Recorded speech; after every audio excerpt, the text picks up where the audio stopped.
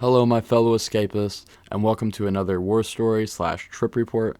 Tonight, we've got one of the scariest experiences I've ever had on a substance. This is about the day that I accidentally tried K2, aka Spice. Spice is a synthetic marijuana. I'm not entirely sure what point it was made for. I don't know what people get out of it, and I don't understand those who are addicted to it.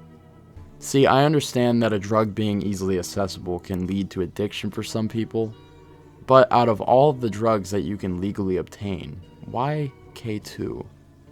Kratom exists, Kava exists, Whippets exists, DXM exists, and God forbid even loperamide exists, which is one of the dumbest methods I've heard of people getting high ever. And of course, you can always buy spore and grow kits online for mushrooms. So, with all these options, why K2? But I'm not here to judge anyone's subjective view on drugs. If they like it, I guess. But it just seems so pointless. There's absolutely no analgesic properties, no stimulating benefits. It just seems to be a universally bad experience. Anyways, let's stop rating the drug and get into the story. So in early 2019, I had a friend named Thomas, or as I'd call him, Tommy. We were hanging out with him and his other friends whenever I asked if we can get some bud. At the time, I was an assistant manager at the deli.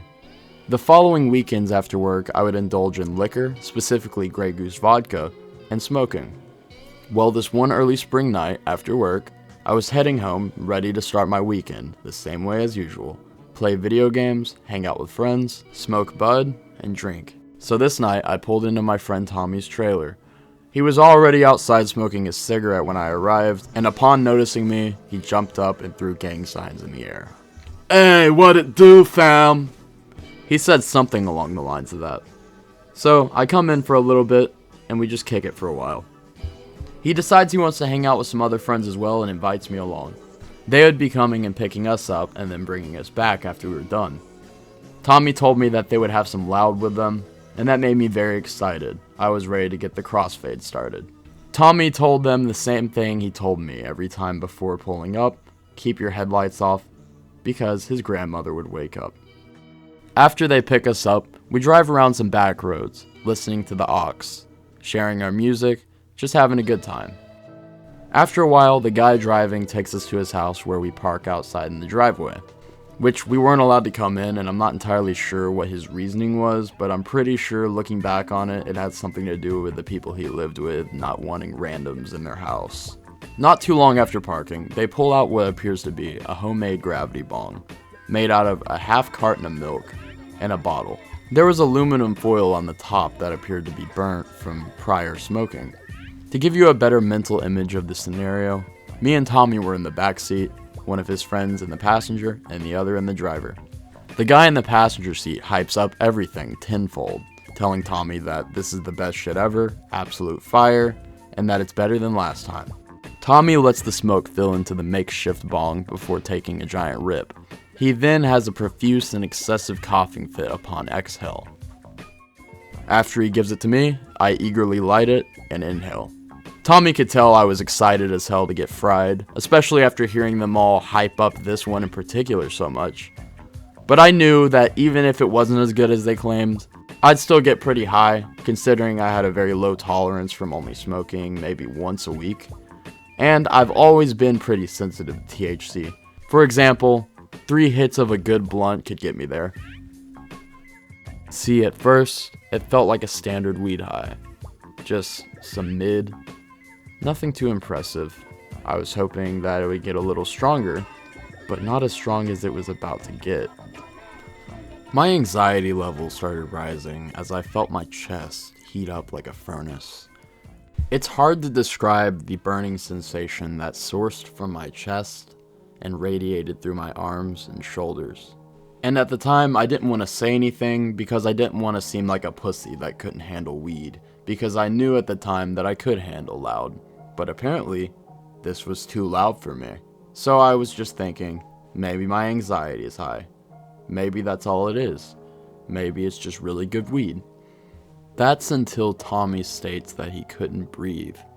The guy in the passenger seat suggests that maybe he needs fresh air and that he should roll the window down. While that was happening, my anxiety levels only rose. I felt dread. I felt this unbelievable dread that I can't even put into words. The guy in the passenger seat's facial expression looks so proud before he says, "I knew you guys would like it. I told you, nothing like it. Straight fire. Didn't I tell him?"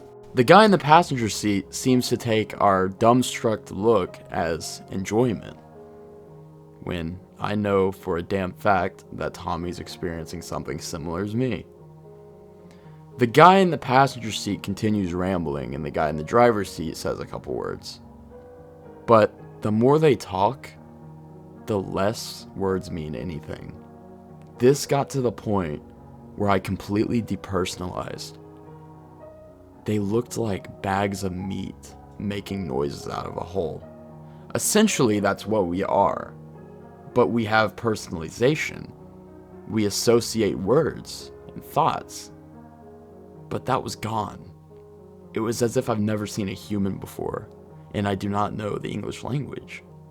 I don't even know if it's possible for you to imagine that without actually experiencing it firsthand. They just looked like lumps of flesh, making random sporadic noise out of some hole that had white pillars inside of it. Any hand gestures or movements that they made did not translate as anything but a foreign motion. The burning sensation was only growing, if that was even possible. It was almost like an illusion that it would just keep rising in temperature. I must have hopped out of the car at this point, because I was running down a field, screaming how much it burns. Laying on the ground felt like I was laying on magma. It seemed like there was only a small space of land that I was laying on, and everything surrounding that was an abyss, like the ground tumbled in, and the masses of flesh followed. Around me, they almost levitate above the void that surrounds the small patch of grass that I was laying on, making noises out of the hole still. And I just started scratching at my skin. I could barely even speak, let alone think of any words. It felt like an eternity laying there burning, and I finally mustered up the words, "Kill me." I blacked out, but it wasn't like a normal blackout. It was as if I was still aware. I could feel my body being stretched and poked at.